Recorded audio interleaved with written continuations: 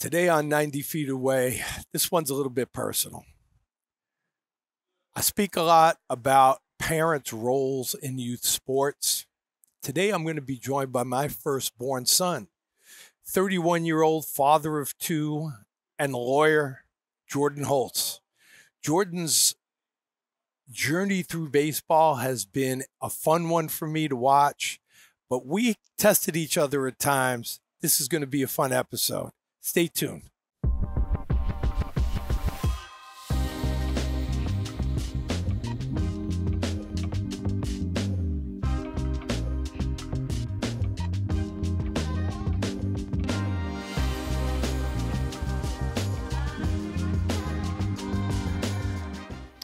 Welcome back to 90 Feet Away. I know I say this a lot. Today I'm joined by an incredibly special guest, someone that I've shared half my life with. He shared his entire life with me. He is my firstborn son, Jordan Holtz. Jordan, thank you for being here today. Of course, Pa. Good morning. How you doing? I'm great. I'm great. You know, from when I started doing this a few months back, or 4 or 5 months back, one of the biggest, the hottest topics is parents in sports, relationships with parents and their athletes, crazy parents in sports, how parents can affect their kids. And I know I wasn't always the easiest guy to be around and the easiest guy to play for. So I wanted to have you on here to just show everybody that a lot of what I talk about, I've learned myself through my own journey, and how I may have helped or hurt at some points you through your journey. And now that you're a dad, you know, like what you're looking to do with your children's journey. So I'm going to start off by asking you, you know, what was it like when, you know, go back to Little League Baseball. You know, you weren't a kid that only played baseball. I don't want anybody to think I forced you into, you know, specializing in baseball, right? Yeah. You played ASO soccer, you played basketball on different teams, and you also played baseball. What are your earliest memories of baseball, and what do you recount? I remember like certainly like T-ball era. I remember like just pegging people on the mound. They're just playing dodgeball with hitters. I remember, yeah, I've so many good travel ball memories. Like I was thinking on the drive over when we were at Baseball Heaven, seeing the Expendables in theater. When we were in between an 8 a.m. game and a 5:30, we had the worst like lunch at Applebee's, saw the Expendables, and we're like, hey, get hot. We got a 5:30 start. Let's get rolling. So like just fun stuff like that, man. Absolutely. Yeah. For me, I say this with love. Sure. You weren't the best baseball player. You weren't the best infielder. You weren't the best hitter. God gave you an arm. You were born with an incredible arm. My earliest recollections were even your best friends did not want to be in the box against you, partially because you threw hard, but partially because when you hit someone, it hurt. You know, you broke a couple kids' thumbs. Yeah. You know, Billy, right? Yeah. You hurt Billy. I ran through the list at work like a couple weeks ago. Billy's thumb catching. I won't name names. Other kid's thumb, I hit him in the arm. The other kid, I broke his growth plate. I will name him because he's a sweet kid, and I felt really bad. I hit a guy from third. I hit my own teammates in the field. You remember I hit Paul Lissy throwing across the field at Clove Road? I mean, just nobody. I mean, nobody was safe.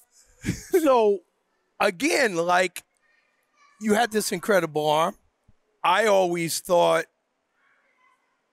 you were big and strong. I mean, I was jealous, right? I don't think I grew until I was in college, and I end up 6'1", 6'1.5".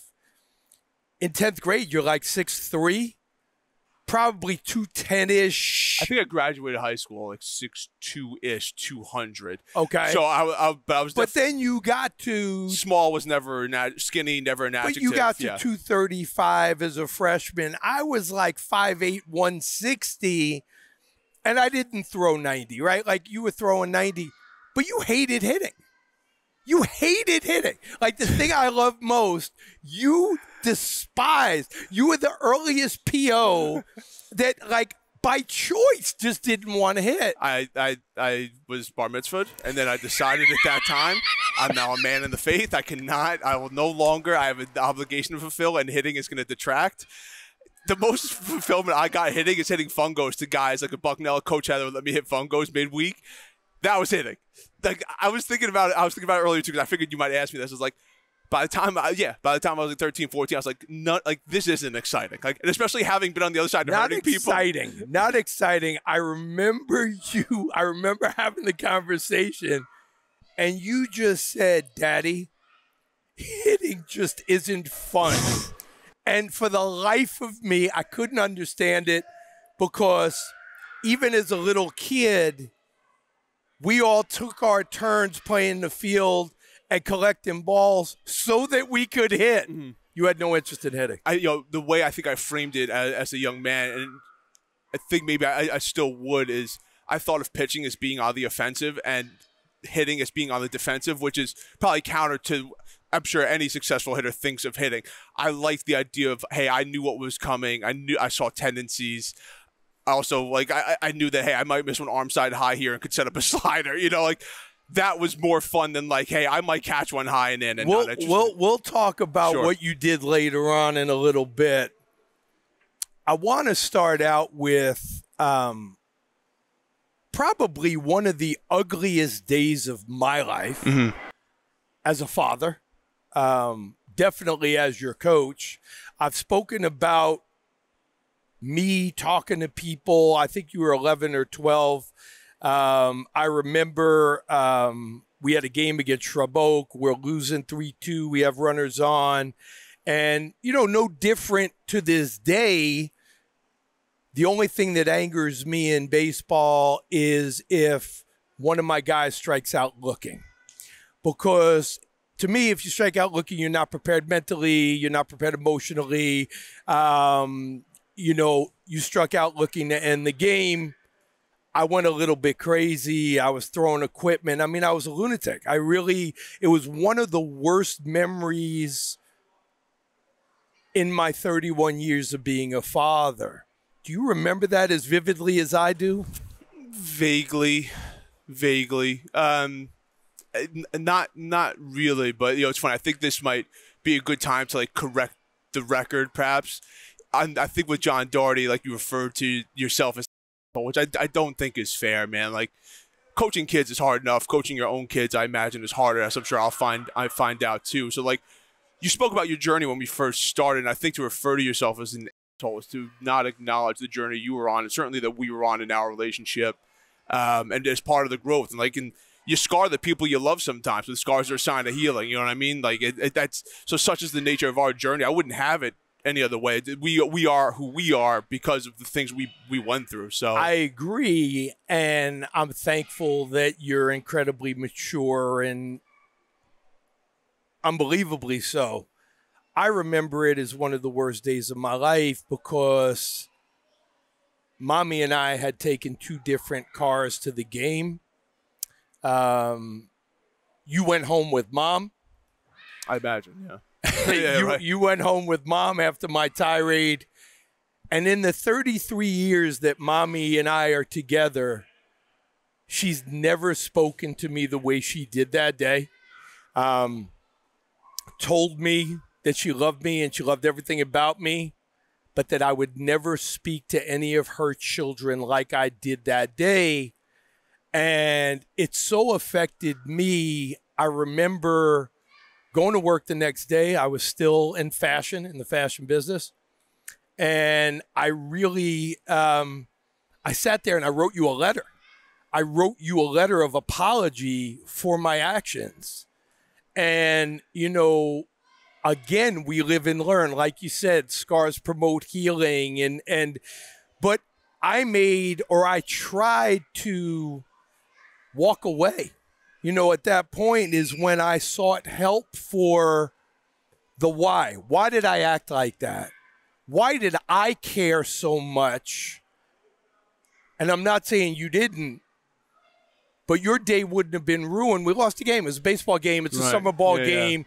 Why did it mean more to me than it did to you? And I think that was kind of when I started reflecting on my stuff, right? Whether it was growing up without a dad, whether it was making up for time I didn't have with him.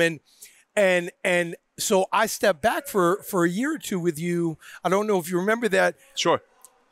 And Bob Irachi, my second dad, for those that don't know, it's legitimately my second father. We've spoken about this, but Bob Irachi wouldn't let me out. It was kind of the Godfather. I tried to get out, and he sucked me back in. And one of the things he said to me at that point was, that would be the most selfish thing you could do. You're so good at doing this. How about this? I'll coach Jordan. You coach the other 12 kids on the team because you'd be cheating those 12 kids. And it was really help like that.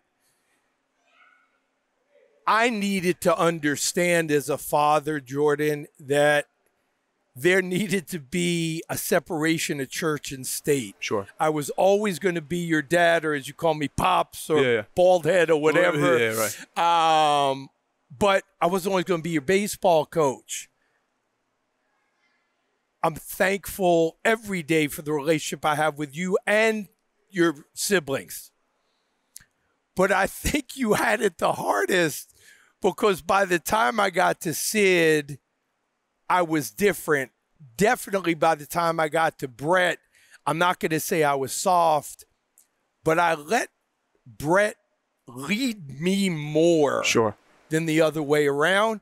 I think it was also different because you had nobody in front of you. I think Sydney and Brett had you as the role model. How hard is he working in and out of the classroom? Is he going to the gym? What's he doing, to get better? And then watching you through your collegiate run and your experience and stuff like that, I think really helped your siblings. I'm just really happy that you don't remember it as specifically as I. Sure. But the other thing, a couple of things. One, at least the way I frame it, is it not the obligation of the oldest to kind of set the path? And, we kind of set the path together, albeit as a child I had my role, but thank goodness it was me. You know what I mean? Because I could hack it. We could hack it. You know what I mean? Good thing you were soft enough for Sid and for Brett. And Sid, I know, tested you too. You know what I mean? So thank goodness it was me. That's one. Two, I wrote this note down. Why did it mean more? Did you ever find an answer to why it meant more to you in the moment? I don't know that I ever did find that out, Jordan. I just always, for me, I wanted you to never be satisfied. Yeah. I didn't want you to ever settle for being second best. I wanted to instill values of giving your all till the last possible second and then see where that would take you in life. I don't know that this was any kind of Freudian thing, with my dad, because he died so young for me. He wasn't a role model for me, right? Yeah, I was 11 and he started getting sick when I was 8, 9. So I don't remember a whole lot. I do know that I always wanted my kids to be the best at and give their all for anything and everything that they were going to encounter. And I felt that maybe at 12 and 13, you didn't care as much as I did. That was the help that I sought. And the help that I sought, shout out to Dr. Bruce Broder, was Jordan is not Eric. Jordan is going to decide if and when this is important to him. And if it is, when that happens, he's going to be fine on his own, not on your timeline. Right. So that's what I'm talking about. Yeah. I stepped back intentionally so that you didn't feel that pressure. You didn't, feel the anger or the intensity that I might have brought, but then you did decide on your own. Sure. It was 14 or 15 for you where I challenged you because local baseball started getting a little too easy for you. Right. And then we went from Kensico to the Westchester Stars to the New York Nine. Yeah. And we started doing some traveling because I never gave a shit that you were special in Valhalla. I wanted you to be special in the city, and then be special on Long Island, and then be special in Georgia. Oh, yeah. And you were. Every time I tested you, you were. So you did do it on your time. Yeah. It wasn't on my time. So that was my life lesson as a father. One of the things, and people think it's not about baseball. One of the things I'm most proud of is who you are as a human being, what you've overcome in your life. I don't know if you understand the delay you had at like 2 or 3 years old. It was diagnosed as a cognitive delay. You don't let that stop you, right? Like honors in high school, dean's list at Bucknell University, graduate law school, and now a practicing lawyer. So what? So what I had this? I just needed to figure out how to do things my way. Yeah. And you did. And so again, but for me, the life lesson started in baseball. It is the most incredible game for this reason. And before I lose this thought, I want to return to this. I think as a parent, and certainly I've experienced it already, it's really hard to not force an outcome and to kind of gently nudge. And as I got older, the force kind of became a nudge. It's kind of like the bumper in the bowling alley. It's not like, you don't set up that thing with the little kid. I'm not going to set you on line. You kind of have to nudge and then fine. There is no forcing. There is no forcing. So it's like, it starts with that because it's just brute force. We think we can control outcome this, and certainly our children too. It's just really hard. Like I remember watching Sid and Brett, who were my siblings and not my children. It's like I would want to watch from like the top of a telephone tower somewhere. Like I wouldn't want to. Like I couldn't even deal with like watching them from afar. So when it's your child, I can imagine. But yeah, I think striking the balance from forcing to learning how to guide nudge is incredible. And baseball is the proving ground for that. And baseball is a game of failure and such as life. And I hope that doesn't sound tacky, but it is so true. Like as I continue to audit my own career and look back, some of my fondest memories are certainly winning, but what made me the man I am and continue to be are just failing my way forward and just not being let off the hook. I would be remiss if I didn't share this story, and it's something I wanted to tell Bob for a long time. Probably 13 or 14 on the big field. Typical playing dodgeball, whole nine with hitters, and he comes out to visit me, trying to settle me in. I go to him, I go, Bob, I can't find the plate, and he calmly looks at me like he always would, and he goes, they haven't moved it in over 100 years. Go find it. Which is like, it's not like, hey buddy, do this. It's like, I'm here, I hear you, you got it. And it is hard to let that go as a coach where you feel like you can dictate outcome, but such is the nature of life and pretty much anything, man. But we love baseball. You might have led me into a new T-shirt phrase. We fail ourselves forward. Isn't that incredible, Jordan? Like if we didn't fail, there's no learning. No. If life was easy, if I hit 1,000, then I don't have to practice. Then I don't have to work on hitting off speed and change-ups and curveballs and sliders because I'll just rake no matter what. This game is humbling, man. You've been through both sides of this. You were special. I said it. You were an arm that was God-given. I was there when in senior year, you struck out, I want to say, 16 out of 21 outs, 16 out of 21 outs against Portchester High School. And then 3 days later, we couldn't have a catch. The yips. Yeah, oh, yeah. And it was real, right? Sure. As a father, how do I help my son? Yeah. How hard was that, Jordan? Yeah, so it's no denying in the moment. It is a helpless feeling. I think it might be useful to characterize what it feels like, and I've said it in a joking way, but there's definitely color to it. It would feel at times like I was throwing with a mannequin's arm. It didn't feel like my body. And then in the journey, and it's funny. And I don't mean to diminish what addiction is, but it feels like addiction. You never overcome the yips. You just live with it and you find ways around it. So nobody should have to suffer the yips, but like anything else in my life, I'm actually, in hindsight and as a man now, I'm grateful to have had to have worked through that. It was awful in the moment. And I remember kind of having one of those conversations with you about like, I just want you to be happy and you can find your way through. It's not, hey, we need to do this. Let's get on the mountain.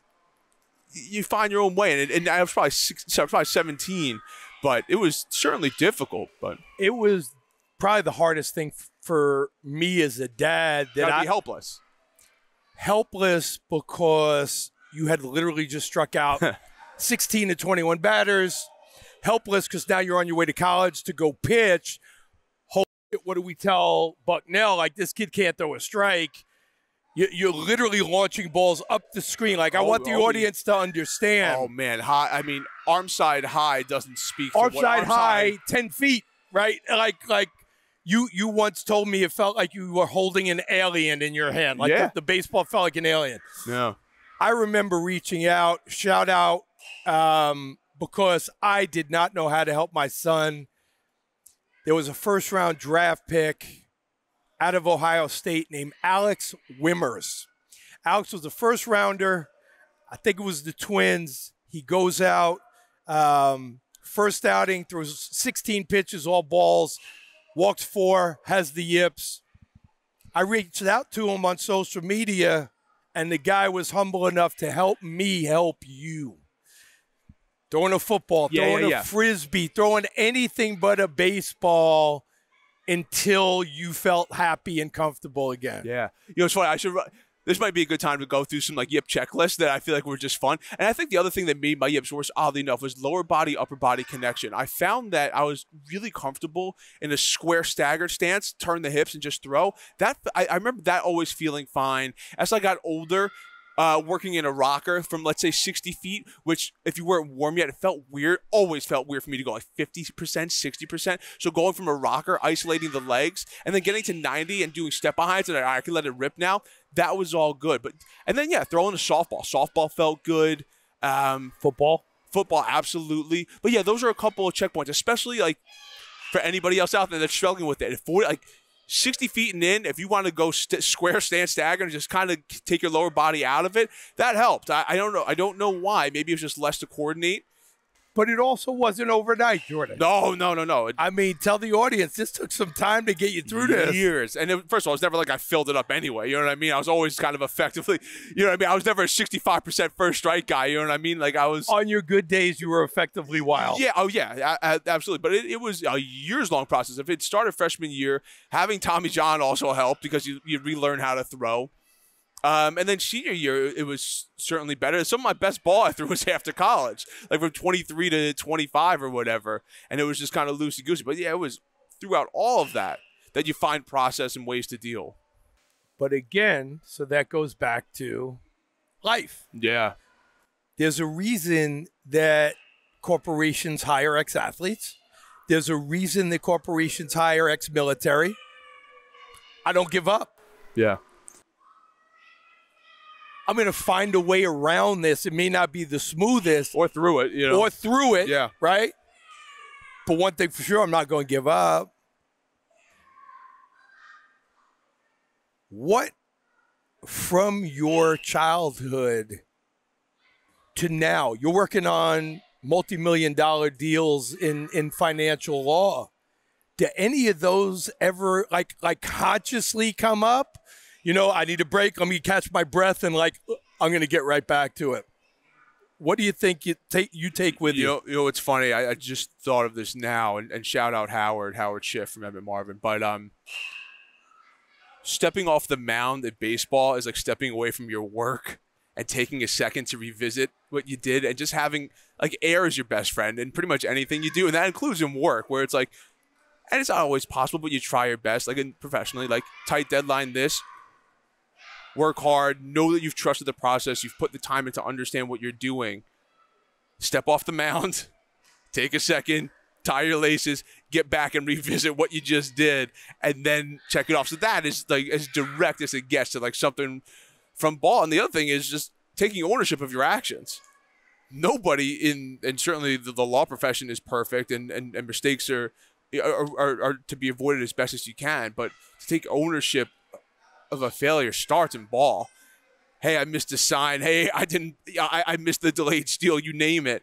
To own it. I didn't execute a pitch. Didn't execute a pitch. I missed it. I missed a 0-2 slider middle and got cookied to left center. Own it. Take your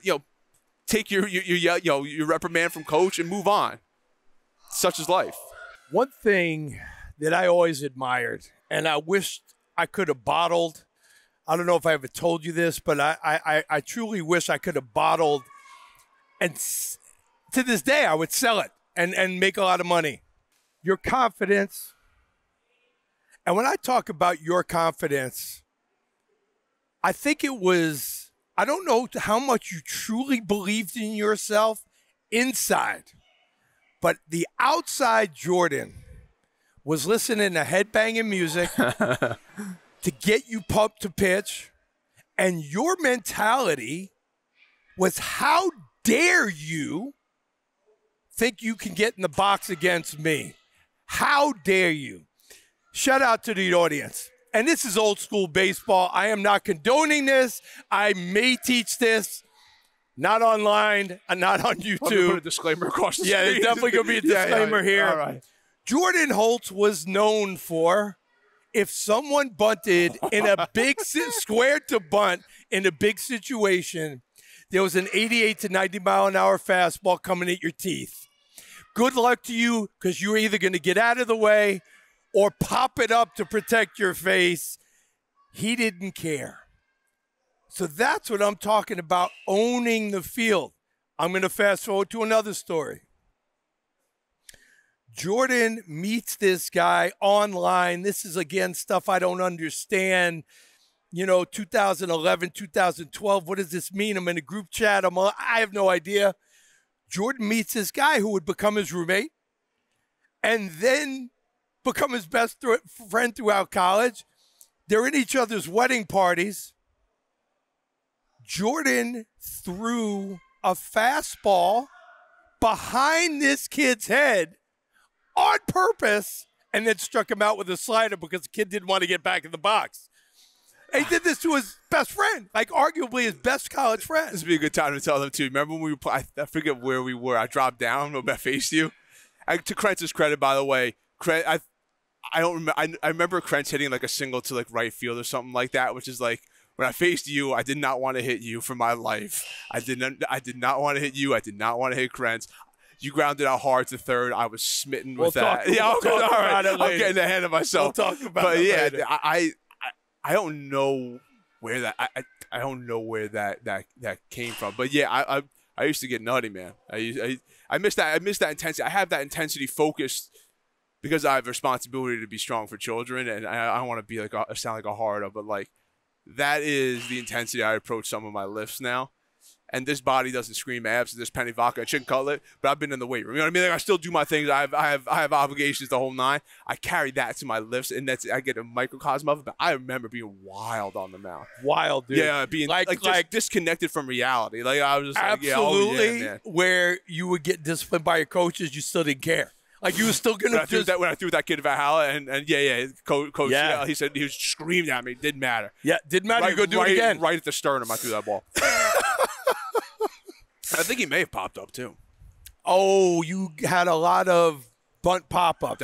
You definitely led the county in bunt pop-ups. You throwing at my face, it was going to happen. Yeah. You go on. You have a nice college career. Married. 2 blessings in my life. I mean, blessings to you, to your children. I didn't know any of my grandparents. So for me to have the relationship that we have and be as close geographically as we are, for me, it's just an incredible blessing that I'm going to hopefully be able to continue to watch your children grow and hope that I didn't screw you up too much, that whatever your kids decide to pursue in sport, in dance, in life, maybe you learned a thing or two from Pop along the way, and some of those are going to take you into whatever life throws at you. Yeah, sure. Absolutely, without question. It goes without saying. Between you and Bob are 2 of the best coaches I've had in my life. You know what I mean? Bar none. And I think what I learned, and I think it's maybe something you've touched on in the past, and something I'll certainly carry forward in coaching, is less outcome oriented and more job focused and isolated execution. And I thought about the other day. I was telling a colleague of mine that you can go 0 for the season and just have a winning season if you hit cuts, you don't miss signs. You have a kid who's scared to swing the bat, who just swings with reckless disregard by the end of the season. So for me, winning the record does not ever matter to me. Inconsequential.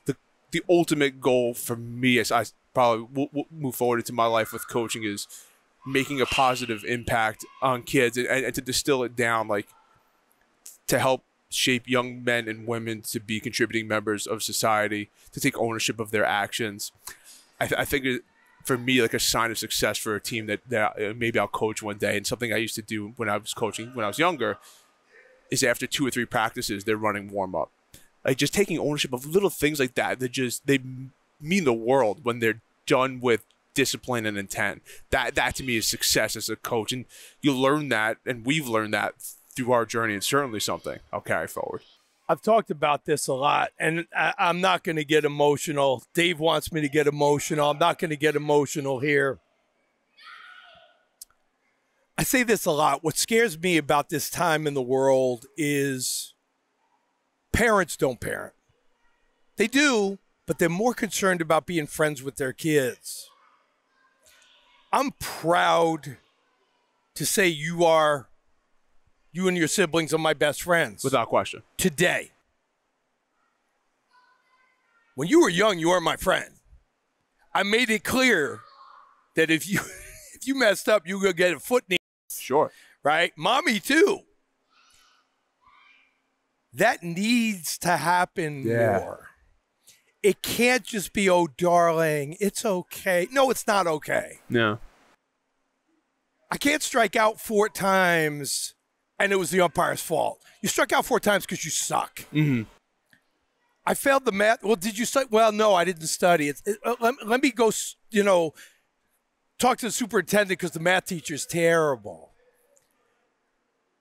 I wanted to hold you guys responsible for your actions. Self-proclaimed, I was an awful student. I didn't care. Hated school. Wanted no part of it. Didn't like authority. We had a coach, Coach Ferraro, on the air. Coach Ferraro said that when you're engaged and you like somebody, it makes you want to learn. Yeah. I never had that. So Mommy made me promise that I would never talk to you guys as children about who I was as a kid. So being who I was and seeing the way you and your siblings turned out, like you talked about, contributing members of the community. If I died today, and I hope I don't because I have another 40 years I want to live, I couldn't be more proud of who you are as a human being, who your sister is as a human being, who Brett is as a human being, because way after baseball, it's who you are. The lessons you learned from me started in baseball or softball for Sydney. Definitely. But where you are now as an almost 32-year-old father of two, husband, homeowner, professional esquire, that started in the young man and the lessons and the failing. So Jordan, yeah, man, those are the things that when I drive home, I don't have a long commute, I smile because I haven't done many things right in my life, but you and your siblings are three of them. Yeah, product of you and mom, goes without saying. It doesn't happen by accident, but I also want to revisit something that is difficult, something that I've experienced in trying and raising my children. Is disappointing your children is not failing your children, and perhaps that is an analog to wanting to be a friend to your child, because if I discipline them, they will be upset and I will fail them because my maxim is to make them happy. That is a difficult realization that some people perhaps don't arrive at ever, where your children, I believe at this stage, are better served by having a loving, an unconditional loving household, guardrails and discipline and attainable standards. Like, so, and it's funny, like even like when I think back to leading stretch, that is an attainable standard where you have taken ownership in this, and I am holding the line. If I see stretch going wrong, I'm going to be out there on you. But it has to feel good for a child to know that they've taken ownership of something and execute well. I think perhaps, and neither of us are child psychologists, but like at some point a paradigm shifted from harsh discipline to maximal freedom, which is, I think, really scary. Like, imagine like going to Cheesecake Factory and seeing the menus like, dude, I got 47 choices. This is way too much. You could still have freedom within guidelines, and such is the same in the household, such is the same as on the ball field, such is the same with, this kind of relates to teaching pitching or for you teaching hitting. You give kids freedom within hitting, and this is an analog for life. I equate it to like making gumbo, where it's like there are certain fundamental ingredients to gumbo, but hey, instead of mirepoix, you want to put little jalapeno, make it your own thing. But it's not just like, hey, go up there and swing the bat, Timmy, have fun. No. I'm going to hold you. Hey, your hands drop. You're this. We're on the front foot.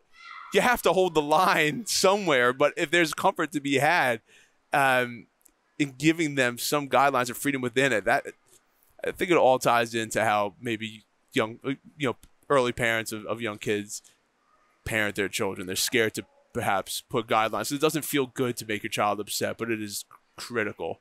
It's critical for them to understand the separation of church and state. Yeah. I'm always going to love you.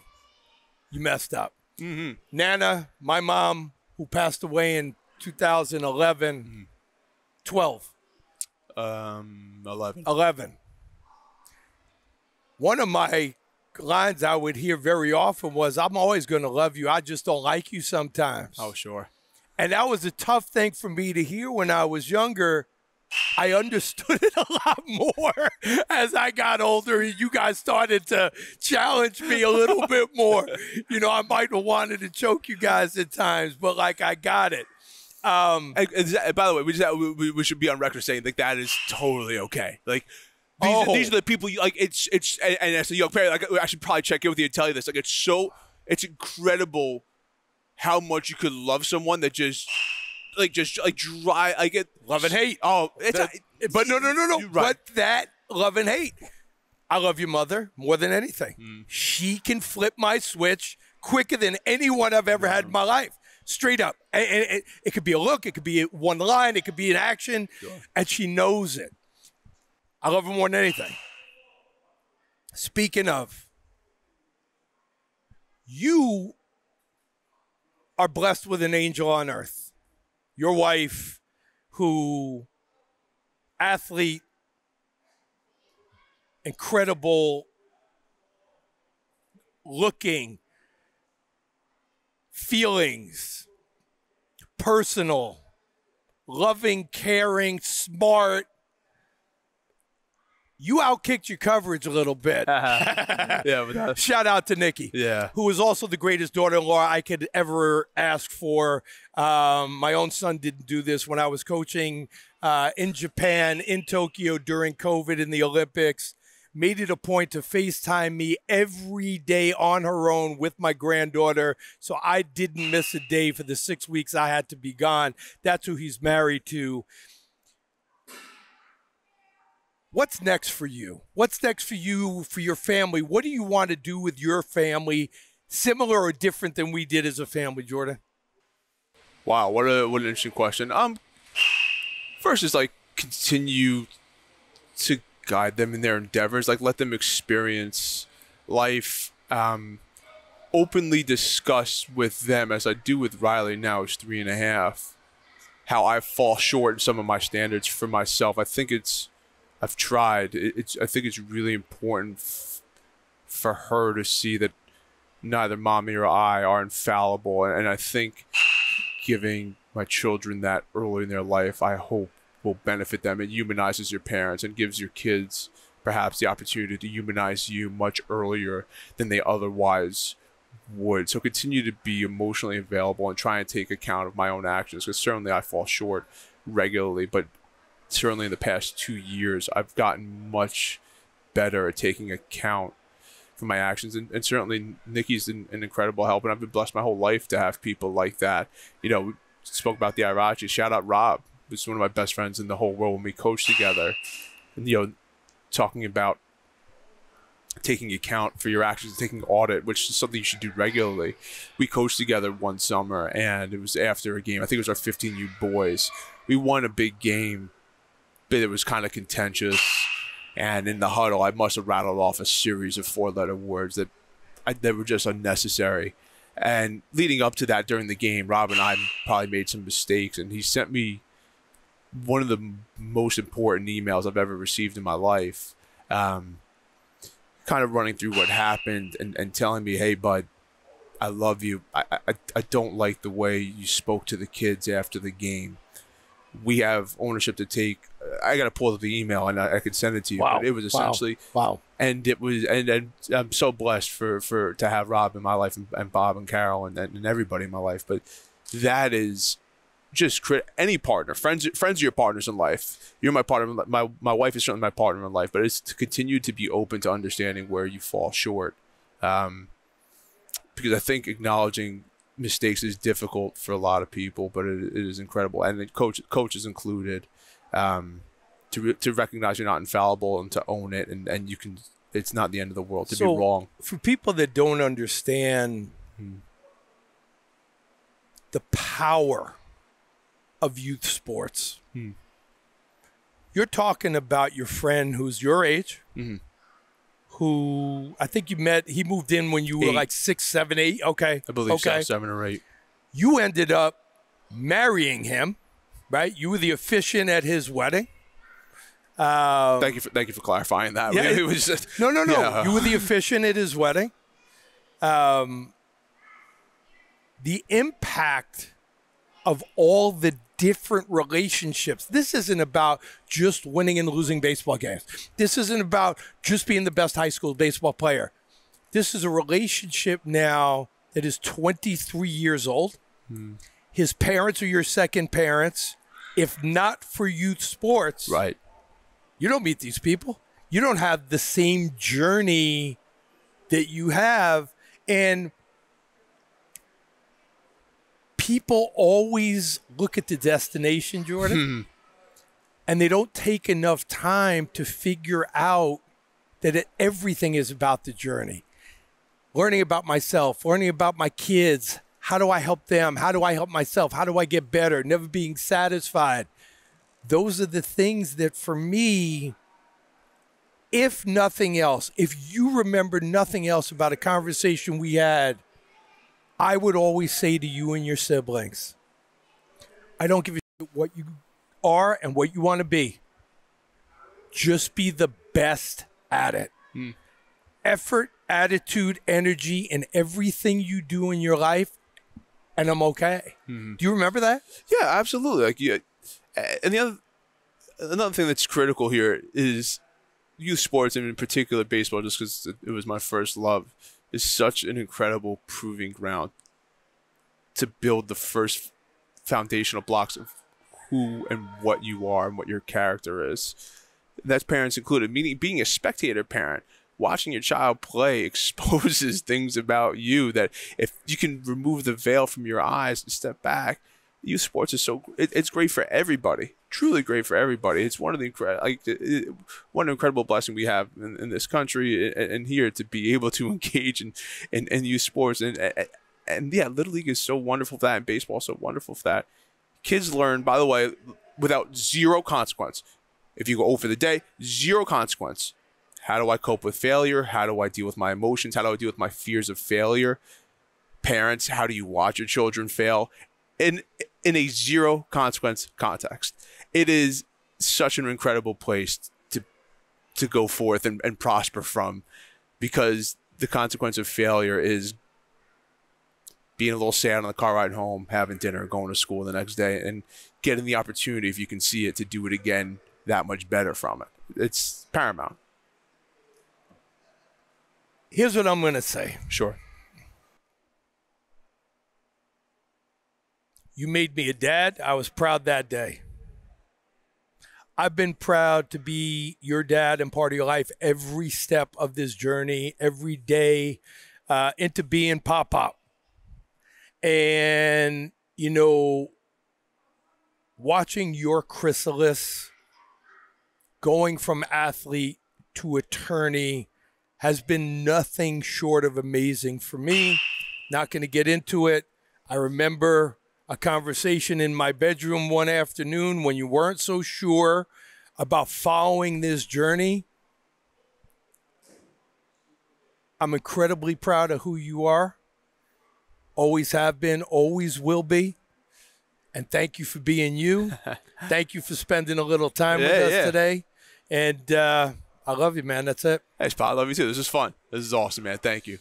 Thank you for joining us today on 90 Feet Away. This one might have been a little bit different. I hope you get something out of these things. Nobody's sitting here telling you that we're perfect. I'm far from perfect. If anything, I'd love for you to learn from some of my mistakes and some of my positives. There's plenty of those as well. What I might have learned dealing with him or helping him through his journey might help your kids. Thanks for being here. We'll see you again soon on 90 Feet Away.